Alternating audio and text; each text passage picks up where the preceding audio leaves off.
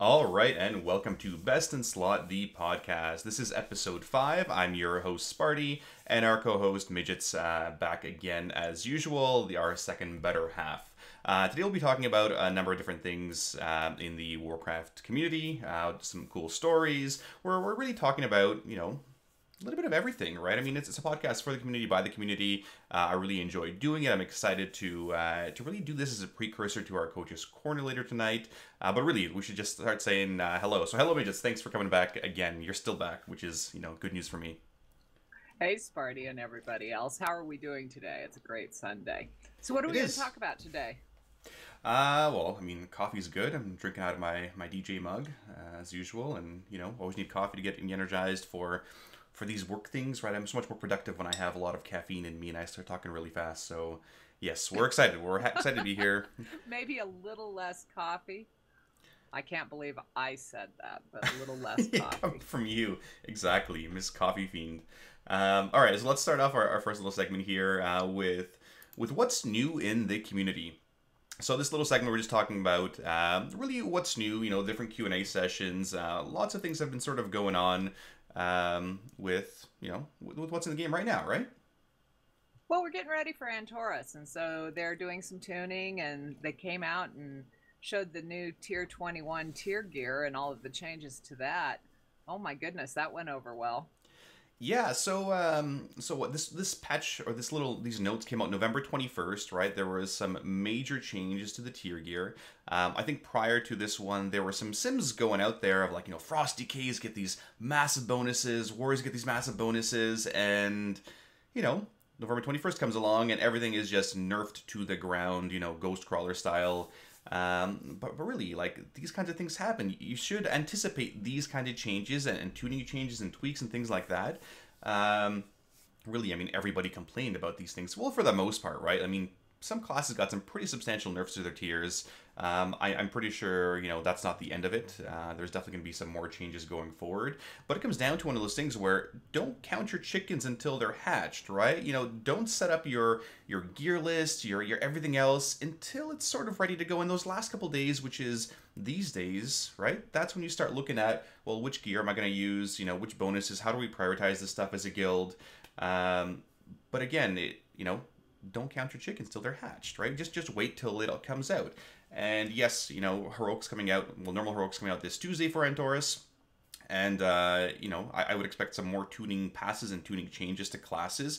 And given that the flexibility that Blizzard has now, right, they have those little dialing knobs of let's increase, Death Knight Frost 1% across the board. And it's much easier for them to tune things than in the past, right? So it's good. I don't know. I don't know. I don't like the Holy tier at all, but what do you think of the Paladin tier for you? I don't know. I like it. It's got mixed results from Paladins. I am a fan of it, but I think Holy Paladins in general are going to run the 4-piece tier 21 and 2-piece tier 20 if they have some, some high-level gear. I've got a couple heroic Titan Forged pieces that are 940, so better than Mythic gear, of course. So I plan on using those, and hopefully with my own little gear list, get the other 4 pieces of tier 21, and it should help. But I mean, before I get in the nitty-gritty of it, there's healing saturation, and running 2 paladins may not be ideal, and I mean, it's whatever at this point, but I don't know. I mean, people need to just, relax a little bit. I know people are really passionate about their characters and love doing what they do, but listen, if you're not at the top of the sims, again, those sims are a vacuum setting with certain talent specs and certain gear and a heroic setting. Don't worry about sims, right? Most of our viewers here are the, heroic mythic level. Play what you're enjoying, play what's good, play what you love, and it'll all come into place at that point. Well, I want to really know if you're going to do another meme of the actual DPS charts and create new names. But... yeah, for those of you that remember, probably a year or so ago, right, people were talking all about these sims, and it was just, everyone's talking about sims and how some classes are totally bad, rets are bad, and so I just made up I just photoshopped in Paint, really, bunch of different charts, and I put in, like, Arcane Warriors and Holy Knights or whatever. It was just a big joke, right? And people really laughed at it because, again, it's Sims. Don't take it all too seriously. The numbers that Blizzard has are more accurate than what the actual Sims do propose. So yeah, for the average person out there, don't worry about the Sims. Yes, they're a helpful tool, but don't put all the weight into it. Well, and I know that the Sims and the gear and all of that was a big deal, but they're coming up with this new legendary that everybody wants. How do you think that's going to drop? So the Amanthul's vision, who knows? I mean, it's it's supposed to be a surprise. I would imagine it's going to be similar to, for those of you who remember the Missa Pandaria, the heirloom. So the ones that dropped off of what's his name, evil bad guy Garrosh, that we all love. I think they're going to drop off in a very similar sense. So you may get one, you might see a couple every week. I mean, who knows? It's hopefully going to be a fun way to do it, right? I mean, it'll be people are going to complain either way, right? Hey, I didn't get it. This is stupid RNG, right? But listen, in RPGs and these kinds of games, there is always some kind of RNG factor, right? There will always be something. Otherwise, guaranteed drop. There's the quest that we're going to get the legendary from, right? But I don't know. Who knows? I'd be interested to see, what our viewers think of, well, how is it actually going to drop, right? But I was a fan of the Garrosh heirlooms. It was always a nice little perk and surprise to finally get yours, and then extra ones for leveling your alts. Well, Eon didn't want to tell us, so I'm not sure if it's because he thinks we're not going to like it and he didn't want to get yelled at anymore before That's Thanksgiving. True. Yeah. Or if it's because he just wants to surprise us. But I do know that we're going to have all of these legendaries to upgrade. I'm not looking forward to it. What are your plans for that? I don't know. I mean, it doesn't really bug me one way or another. I have, all the Paladin legendaries at this point, so I'm getting those overflow ones, right, for my rogue that doesn't exist. So really you should prioritize, which legendaries are going to be most useful to you in that normal heroic and mythic progression setting. Typically one or two legendaries. So for instance, if you're going to use Prydaz on all the encounters progression, might be a good one to upgrade first, right? Otherwise, Velens if you're a healer, or a major DPS one, whatever you're going to use. But in terms of upgrading these legendaries, the big thing to take away from this podcast today is do not turn in your emissaries. So you'll get these upgrade tokens and you'll be able to upgrade, your old like 910 legendaries, whatever, 941s, 971s to level 1000 with this brand new quest. And essentially by completing content, so doing a mythic dungeon, right? Doing your mythic dungeon, opening your cache, you'll get quite a few. Again, don't forget to pick up the quest first, right? That's the most important thing. You log in Tuesday, Wednesday, whatever you do, and you pick up the quest first, then you go open your chest so you can get the actual essence or whatever it is. Doing RBGs, doing PvP stuff, your emissaries, those all contribute to getting your little essences to upgrade your legendaries. So save your emissaries now, so when Tuesday comes out, you get the quest, you have 3 to turn in. That's more, more essences to get your legendary upgraded. Well, I do know all the DPS are going to upgrade Prydaz first, right? Oh, I would hope so, right? Because that DPS does no DPS, which is what I've been saying for the past decade. Well, and we know how much they like their Prydaz. Yeah. So tell me a little bit more about this new legendary, because I went and started reading about it, and it seemed like, how do you put it? Rocket surgery? I say rocket science, but you say surgery. That's right. I mean, for those that aren't aware, there's a whole complicated new Pantheon system, and yeah, I mean, initially it does sound a little bit like rocket surgery, but you have these Pantheon trinkets, right? So you have a healer one, a strength one, a tank one, an agility one, a caster one, whatever, and they're all sort of like Arcano crystals with a proc. And now, if 4 of them proc at the same time, you also get an additional proc through Amanthul's Vision. And again, I should note that this Amanthul's Vision, this legendary, can be your 3rd legendary equipped. It doesn't count against your regular 2 legendary limit. So you can have 3 running at one time. So essentially when people in your raid, so in the Antorus raid, not dungeons, not PvP, not anything else, people in the Antorus raid proc their regular Pantheon trinkets, so the little, let's say, a DPS proc or a healing proc. For instance, the healing one, for the next, I think, 4 direct heals, whoever I heal also gets like a 250,000 shield on them for 30 seconds, which is, pretty cool. I haven't tested it too much on PTR, but when that thing procs, and the DPS one procs, and the tank one procs, and the DPS one procs, then people with Amanthul's Vision will also get an additional one, which gives them a huge, huge bonus. So it's interesting how things will synergize that way, and it's, I don't know, it's just proc, proc, proc, proc, proc, which, for those of you unaware of what proc means, it's a short for process, an old, term to MUDs and RPGs back in the day. So you'll want your Pantheon trinkets, you'll want to use Amanthul's for some people, and hope for the RNG gods line up So Well, it it's sounds like basically you're gonna rocket have to have surgery. a whole lot of coordination. Well, the procs are fairly random too, right? So yes, there'll be weak auras for yes, the stars have aligned. Now use your DPS cooldowns or your big DPS abilities, because the Pantheon trinkets have all procced at the same time. Well, it sounds sort of exciting, but I can't wait to see it live. Yeah, no, I mean, we'll see what happens. Again, a lot of this is subject to change, and we know the developers will tweak things as needed, right? Which always does happen. Yeah, sometimes they tweak it and we don't like it though. So then what? Well, you know, either you like it, or if you don't, then you better give some constructive feedback, right?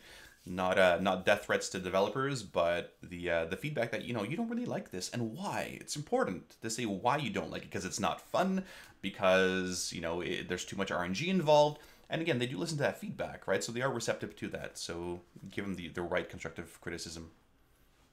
Well, I see we're getting ready to get the Mage Tower back up.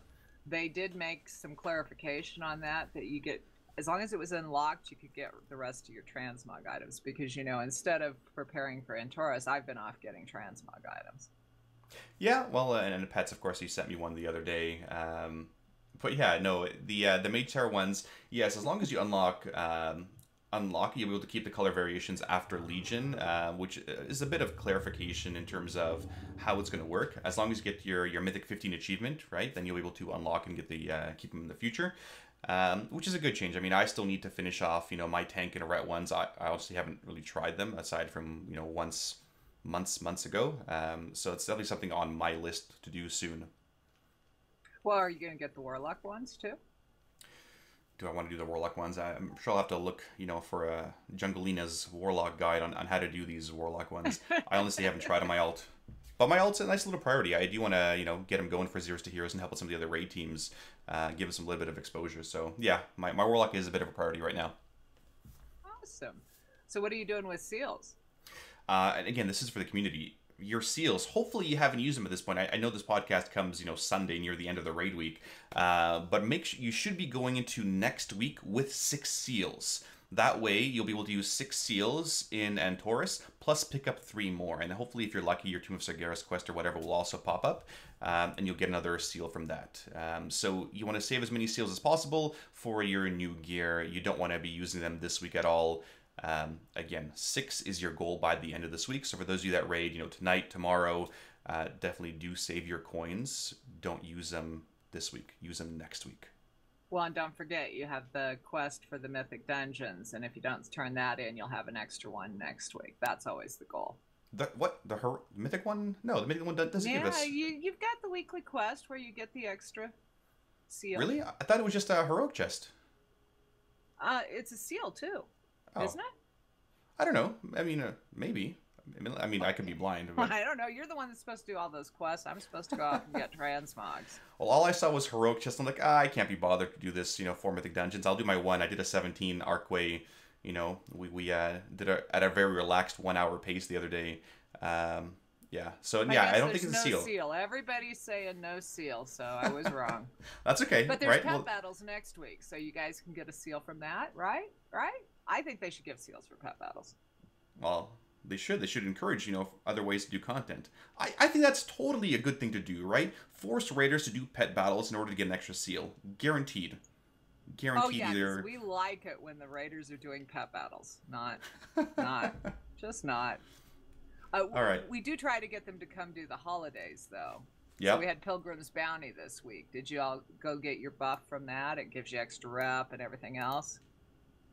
My Thanksgiving was in October when it was an appropriate time, so I'm not sure about this Pilgrim's Bounty thing. Can you tell me a little bit about it? There's not much to it this year. It ends on Monday. You do get your reputation buff if you go through and do the quest. They added some new holiday-specific transmog items, and if you saw the uproar about the bronze-tinted glasses, the community loves holiday-specific transmog items. I'm still a little annoyed by the glasses, just so you know.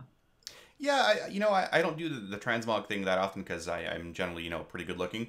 But with the whole bronze tinted, the bronze tinted glasses, yeah, you can only use them for this small section of the holiday.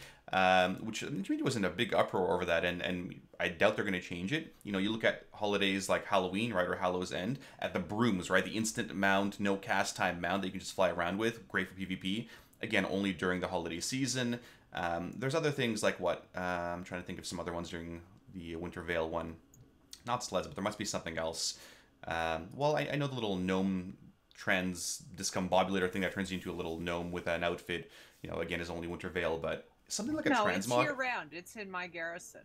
Oh, well, outside of your garrisons and mine, which is Christmas all year round. I mean, the ones they put outside Ironforge or whatever, right?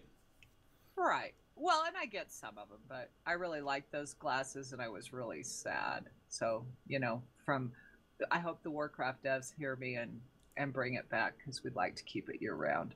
Well, that's the thing. Like, you know, if you're passionate about something, you have to let them know, right? You have to let them know, hey, we really want this. You know, please keep it in game. And again, we've had, you know, changes like that through really good feedback. So, Well, we'll see. But I've been having fun with the world bosses and going and killing the green dragons. Have you gotten out and done that yet, Sparty? yes. I have done some of the green dragons, which was fun. We actually tried, well, a bunch of the guildies and stream people here. We tried kiting the dragons to Stormwind. I guess at some point they must have put in some kind of leashing mechanics. So we got, I think, Antorus, which was a horrendous boss to do, from Duskwood. I don't know, outside her little cave area. I don't know, got her closer to the path than she leashed, which is unfortunate. I was hoping we were able to, you know, just relive some of those glory days in vanilla and, you know, and pull those bosses away. Well, I love those stories. Do you have any more you want to share with us? Yeah, so let's go into our next little segment here, which is Tales from the Front. So this one, I've got a couple stories for you guys, just in terms of, you know, old school stories, right? You know, back in the day, and I've shared these stories on stream a while ago. And I know you mentioned in the past, you know, one of your favorite graphics is that DJ Monopoly, and Blizzard recently tweeted, you know, something about the world boss. Have you done them yet? And I tweeted them a couple old pictures where there's a huge, we're in, what's it called, in Hinterlands, and there's about 6 warlocks, including my warlock called, you see Darnath and a bunch of other guys, you know, with these massive summoning portals, and we had this huge expeditionary forest of warlocks parked at every single green dragon spawn point. And of course, you know, warlocks back then had to get soul shards, you gotta go farm them, you know, not a fun time. But we were one of the quickest guilds back then to amass, you know, a big enough rate to kill these green dragons, and we were fairly proficient at it. There was, you know, one time we even killed 8 dragons in a row, and there's a fun little quote back from Rootleaf when he raid led with us. We killed all the 4 dragons. It was probably around 1 a.m. and, you know, he whispers in our little leadership chat, hey, wouldn't it be funny if the dragons just respawned right now? And so one of the other officers, Gabriel, he wants to go check on, and he says, you know, dragons are up, dragons are up, dragons are up. So everybody starts, you know, texting each other, hey, don't log off, make sure you stay online. Let's go kill green dragons again. And it was some weird bug where they just respawned on us. But it was an awesome time. You know, green dragons were a time of lots of griefing. You know, there were those scumbag guilds out there that you absolutely hated. There was this one time where, you know, the guilds that we were rivals with, we were in Ashenvale at the time, and I can't remember which dragon it was, but basically, we're setting up to pull, and this guild was known for griefing, and these were these scumbag, you know, kid players that everybody hated just because they were just jerks to everybody, right? That stupid elitist attitude that, you know, nobody really likes, and essentially what it came down to was they were constantly griefing guilds. So I set up this sort of big diplomacy pact between the guilds, between the major guilds on Stormrage back in vanilla, both Alliance and Horde side, and I got pretty much everyone to buy in except for these other couple, you know, jerk guilds. And essentially what it stated was the first guild to amass a large enough force and start clearing trash will have first dibs at that boss, right? And this was similar to the diplomacy that was needed back in EverQuest, right? You needed to really build relationships with other guilds. And so the other guilds, you know, wanted no part in this. They didn't care. They were, you know, doing their own thing. And, you know, we're trying to clear boss or clear stuff in Ashenville towards one of the dragons. And we're setting up, you know, we clear all the trash. We're getting ready to go. And we pull the first little Drake on the steps to the dragon. And we pull him down, and the other guild just comes in, swoops in, and, you know, pulls that boss. So they did eventually get that, like they just got it from under our nose, right? Their raid tagged it first, so they had first dibs on it. And so we learned our lesson there, because these guys were the guys that, hey, we are, let's say we're doing the Green Dragon. Well, their raiders would go in there and they would taunt the boss onto our raid prior to a breath. So they would essentially grief our raid by wiping us, right? By causing the breath to go on our raid instead of the tank, which was faced away. But there's this one time, and this story is called Rootleaf's Gambit. It's a very famous story here in the DJ circle, where we're setting up in Hinterlands, and our warlocks are summoning everybody down, doof, doof, doof, doof, getting at them in really quick, and we see the other guild. They're amassing their force as well. So we're like, okay, we'll start clearing trash. We got our guys here. We have a few in the back summoning stragglers. We start killing one of the first dragons, and there's basically two drakes that patrolled, one clockwise, one counterclockwise. So we pulled the drake that was patrolling clockwise, so from our right facing the portal, and we pull him, and we're like, these guys, we learned our lesson. Last time we pulled the drake up top there, they pulled the boss on us. So Ruleaf, our raid leader, says, okay, guys, I've got a plan. You need to trust me on this. And we tell our hunters, okay, hunters, we've got our raid set up here. What I want you guys to do is to go pretend like you're going to pull the dragon and the drake, right? Just before the boss. I want you to pretend. Then the entire group is going to retreat. We're going to go back to the hills and see what happens. We're like, okay, Rootleaf, that's an interesting plan. We'll do it because you're the raid lead. And so our hunters run up there. They're going to misdirect. I think I'd misdirect at the time. They run out to get the drake. And of course, the other guild does exactly what they did last time. They run up there, pull the dragon so we can get the tag. We're like, okay, well, let's go back to the hills. So we all go back there slowly. We're watching them, and Rootleaf's like, guys, we did clear the one dragon, or the one patrolling drake, but the one going counterclockwise, we did not. And so, of course, up to Rootleaf's plan, his little gambit here, the non-patrolling drake, so they're already engaged with the boss. They've got the boss to like 66%. Their sleep clouds are going out and everything else. This drake flies around counterclockwise around them into their healing and ranged clump. Right? Of course, there's no tanks near there, so their healers and ranged DPS start getting massacred by the one patrolling drake we didn't intentionally kill. They wipe horrendously. We're all laughing there, and of course, we see them wipe, and we're like, yep, this is sort of what you get, right? We just see them wipe. We let the boss reset when they wipe, and then we just pull the boss. We pull the boss, clear it super smooth, right on top of their corpses, and it was a good little retribution. For good little karma for what happened there. I love Rootleaf's Gambit story. It's one of the best ones, and it shows how you can work together or against each other. And they got theirs. Oh, for sure. And we had this giant, alliance of guilds, right? And we were on such good terms with guilds like Flame of Andoril and Anti-Meridium, and some of those guilds are still around here on Stormrage. And we would help each other out. So you had these scumbags guilds on the one side, and if the other team got the tag, we were waiting there to get our second chance or our third chance, because we were second or third in line to get the dragon.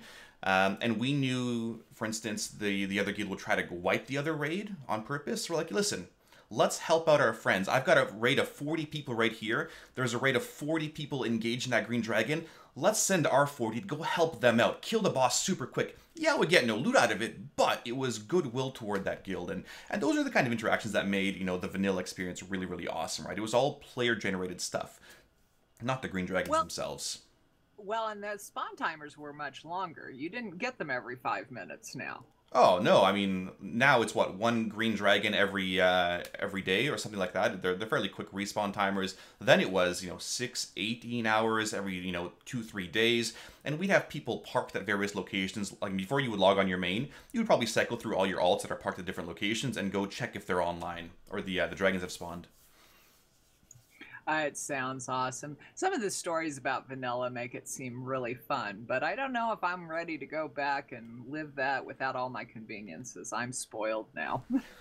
I think we're all spoiled. You really, the game, what it is now, it's fantastic. It's absolutely amazing, and there's so many great conveniences that make playing the game so much easier, and I love it. More loot too, because there was all kinds of loot wars back then. Oh my god, don't even get me started with how much loot is dropping now compared to back in my day.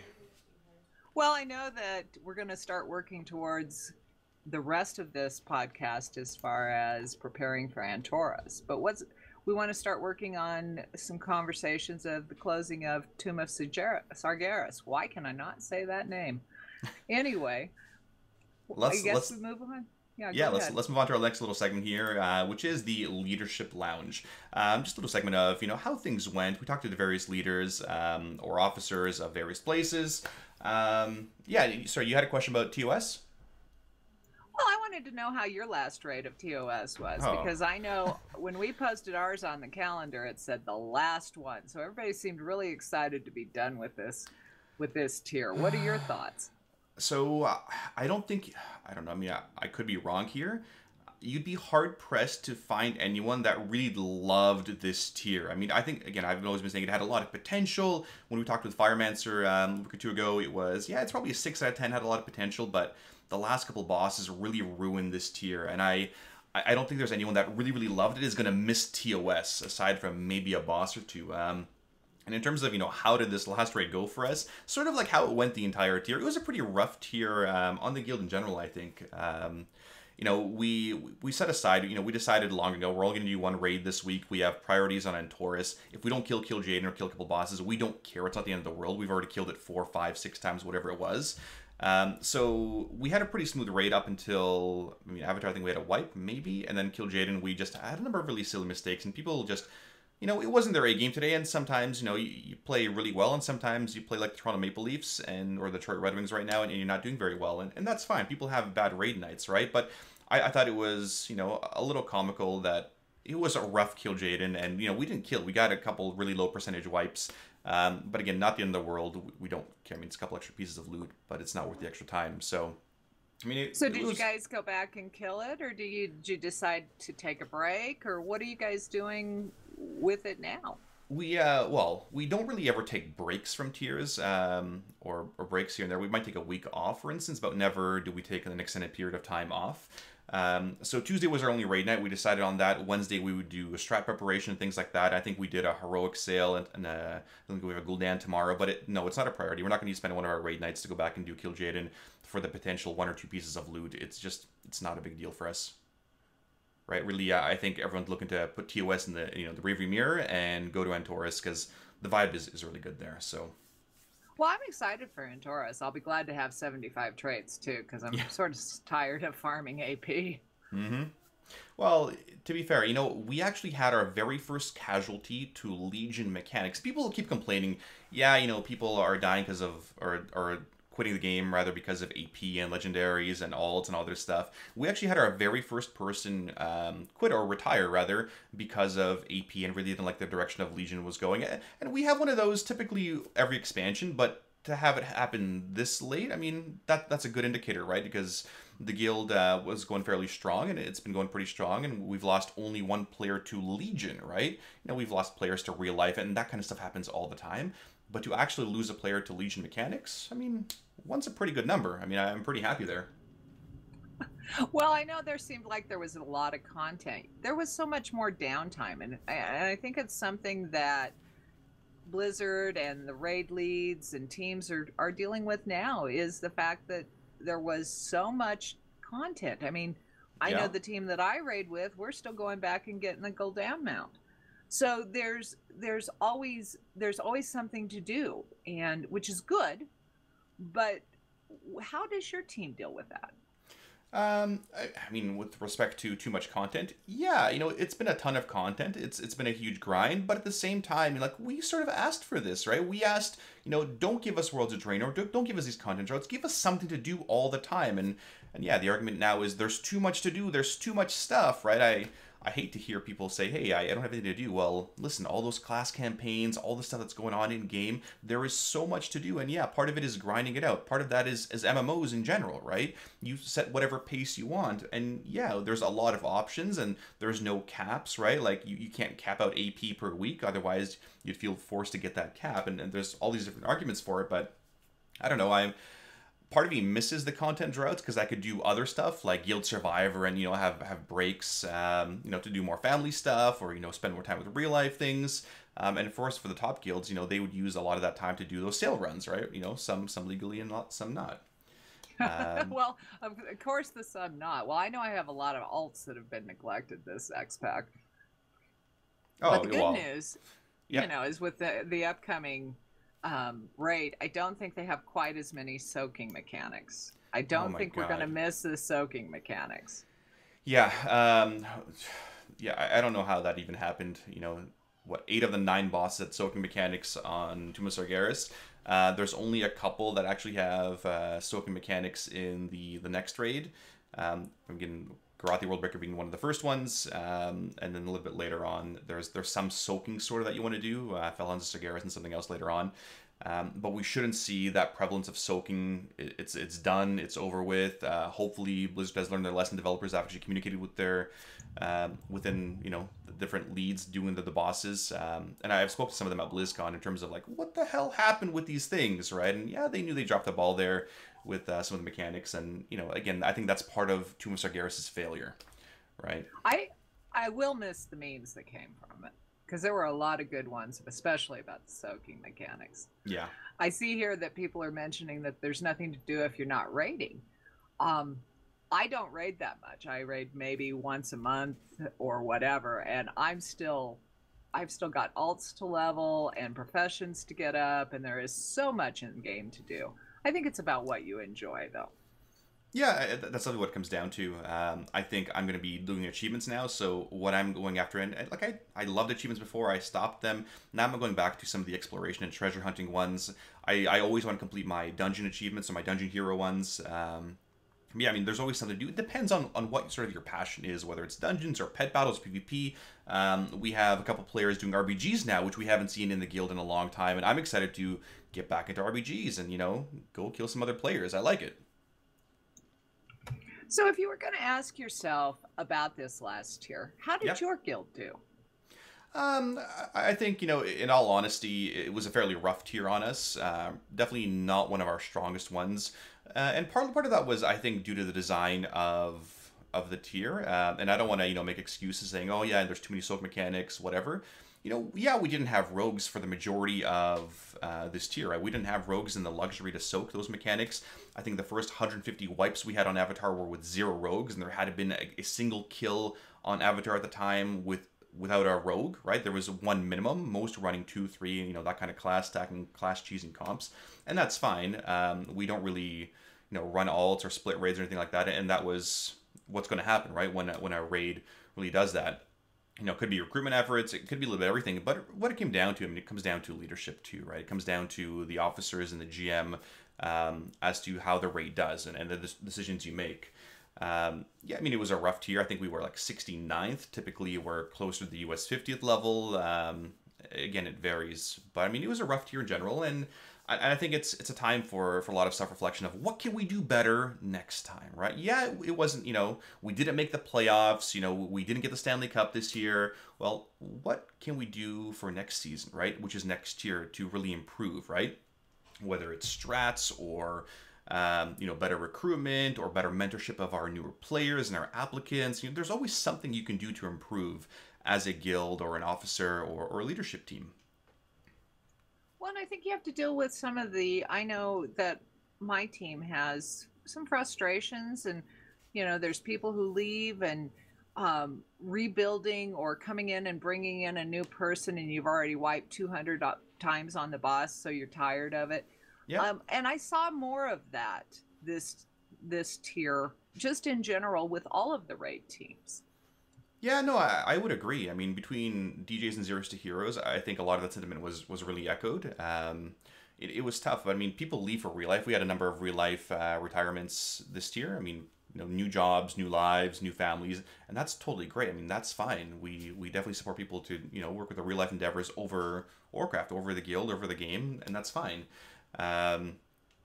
Yeah, it was a tough and exhausting tier, and that's what's going to happen sometimes. You're going to have, and it happened to us on Avatar and Kil'jaeden, you're going to do however many hundreds of attempts on a boss, and you got to bring a brand new person who has to relearn it pretty quickly because the rest of the guild has spent 200 plus wipes on it, right? Which means hopefully their learning curve is pretty quick or pretty high, and they're able to pick up the mechanics fairly quickly. But Yeah, you're right. It's been exhausting, and I know a lot of guilds and a lot of players are saying, screw this boss, screw Avatar, screw Kil'jaeden. They're just absolutely done with it, right? And they're really hated bosses. I can't think of many other bosses in recent memory that players hate as much as Avatar and Kil'jaeden. Um, so Well, I know that my raid leader wants to maiden again. He told me. wants to do Just Maiden? Okay, well, I oh yeah, mean, yeah. I think maiden falls under the never again for him.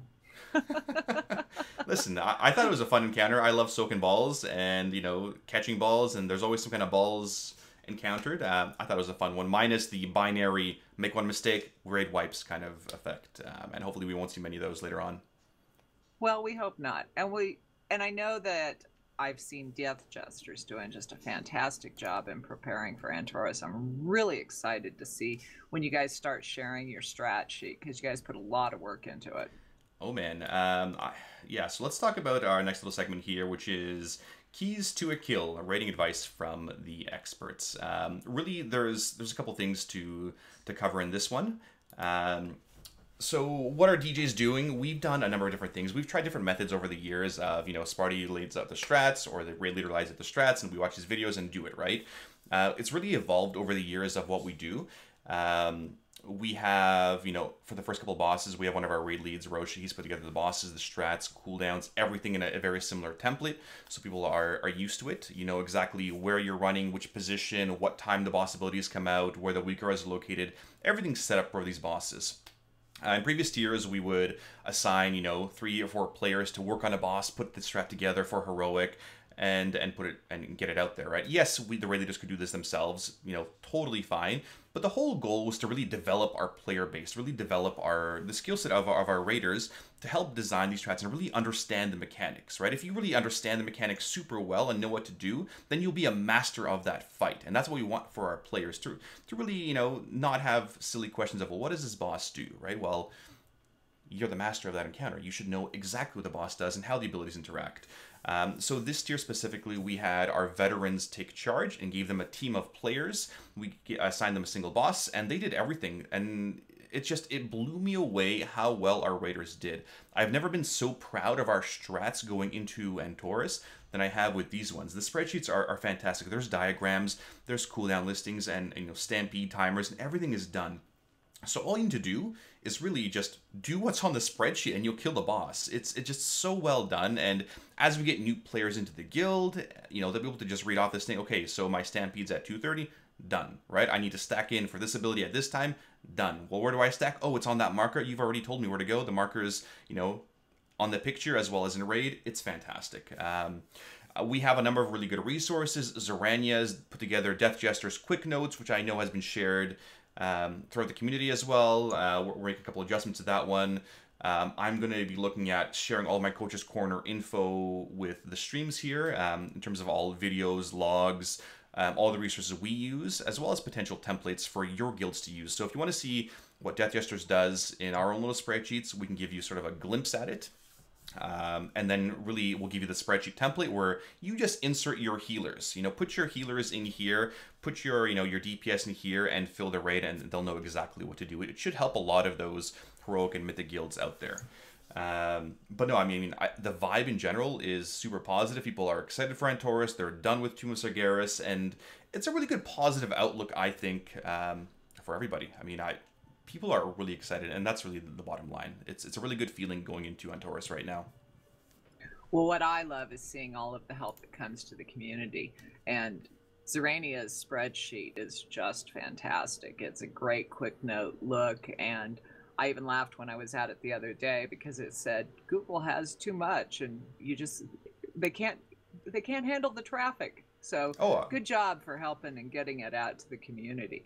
So what do we got going forward?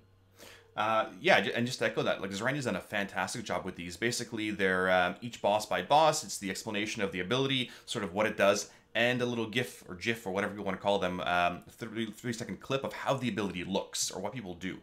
So that's something we're going to be using as a reference. But going forward, we do have our Coach's Corner back. I'm excited to be running them starting tonight again. We're going to be covering the first bunch of bosses tonight. And then tomorrow night we'll be running the next segment or the next bunch of bosses. just once we get everything prepped. Brand new intro, super well done, professionally well done. I'm so excited to do it again. But yeah, I mean, stick around for Coach's Corner later tonight. I think it'll be around 8 p.m. Pacific. I know it's a bit of a later time for our EU viewers, but that's sort of what works with my schedule and my real life time as well. But it will be on YouTube and it'll be on Twitch. All the highlights will be there with explanations and answers and everything else. So, well, yes. I know it's something that we all use. And I'm looking forward to. I do hope, though, sort of like GIF and GIF, depending on how you say it. I hope you use buttons a lot. Hit your buttons. I don't understand what you mean. I always hit my buttons. I know. See, the worst thing about Coach's Corner is I can't pick on you during it. That's right. You can't. I know. But we'll have to work on that. Okay, so what are we going to do next week? So next week, I mean, we're going to have Antorus done, right? For the most part, complete. We'll see how tuning goes. Again, Antorus will be typically tuned a lot tougher early on, and then it'll be nerfed as time goes on, especially some of the later encounters. So you'll see a lot of people struggling, I think, with some of the later bosses, even some of the middle bosses based off the research that we've done. But yeah, our next podcast will be about Antorus, the tuning, initial feedback as well, and we may do a second round of Coach's Corner videos, just based off the bosses and sort of explanations of what we've done and what worked for us. But yeah, next week, Antorus, feedback, and we'll see how it goes. We'll finally know how those trinkets drop. I was thinking the exact same thing. That's right, the Amanthill's Vision. We'll know exactly how it drops, hopefully by then, and yeah, we'll have some good feedback. Well, and hopefully it drops so that all of the people aren't upset because they didn't get one. Yeah, well, we'll see what happens. Well, with that, let's head off for the day. Thank you guys for watching. Thank you, Midgettes, for being an awesome co-host as usual.